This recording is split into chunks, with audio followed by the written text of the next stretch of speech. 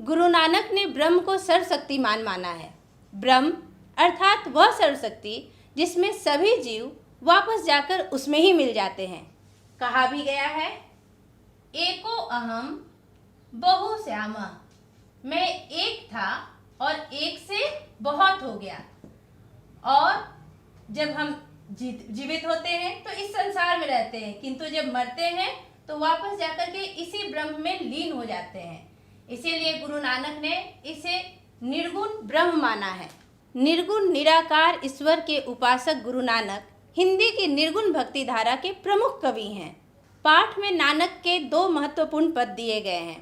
पहले पद में नानक ने बाहरी वेशभूषा, पूजा पाठ और कर्मकांड के स्थान पर सरल तथा सच्चे हृदय से राम नाम के कीर्तन पर बल दिया है, क्योंकि नाम कीर्तन ही सच्ची और अस्थायी शांति का एक मार्ग है जिससे व्यक्ति इस दुखमय जीवन के पार पहुंच जाता है। बच्चों, आप तो सोच रहे होंगे कि ये राम नाम के कीर्तन में राम कौन है। मैं आपको कबीर के एक दोहे के माध्यम से समझाती हूँ कि ये राम कौन है। कबीर ने कहा है, एक राम दशरथ घर डोले, एक राम अंतर में बोले।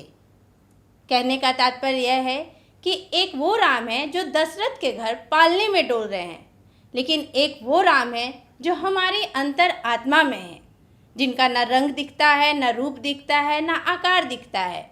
गुरु नानक ने भी इसी राम की बात की है। यही राम ब्रह्म है जो अनस्वर और अविनाशी हैं। नानक ने अपने पहले पद में इसी राम के बारे में कहा है। उससे पहले कि हम राम नाम के पद को पढ़ें, पहले मैं आपको दिखाऊंगी कि उन्होंने कुछ शब्द कहे हैं, जो शब्द अभी आधुनिक रूप में या मानक रूप में उनके क्या अर्थ हैं वो मैं आपको एक चार्ट के माध्यम से दिखाती हूँ। नानक के पहले पद में आए हुए शब्दों को देखिए।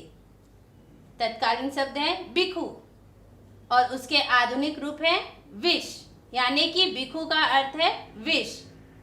निःफलु, निःफलु का अर्थ है निष्फल। आधुनिक रूप या मानक रूप जिसे हम कहते हैं ये है निष्फल। महीयर, महीयर का अर्थ है धरती। मति, मति का अर्थ है मति, मति यानी बुद्धि। अरुझि, अरुझि का अर्थ है उलझकर। आज इसे मानक रूप में और आधुनिक रूप में उलझकर कहते हैं। तत्कालीन शब्द था अरुझि। नानक ने एक और शब्द लिखा है, वह शब्द है गुरु शब्द। गुरु शब्द का अर्थ होता है गुरु के उपदेश। गुरु द्वारा दिया गया उपदेश, गुरु के शब्द गुरु शब्द कहलाते हैं।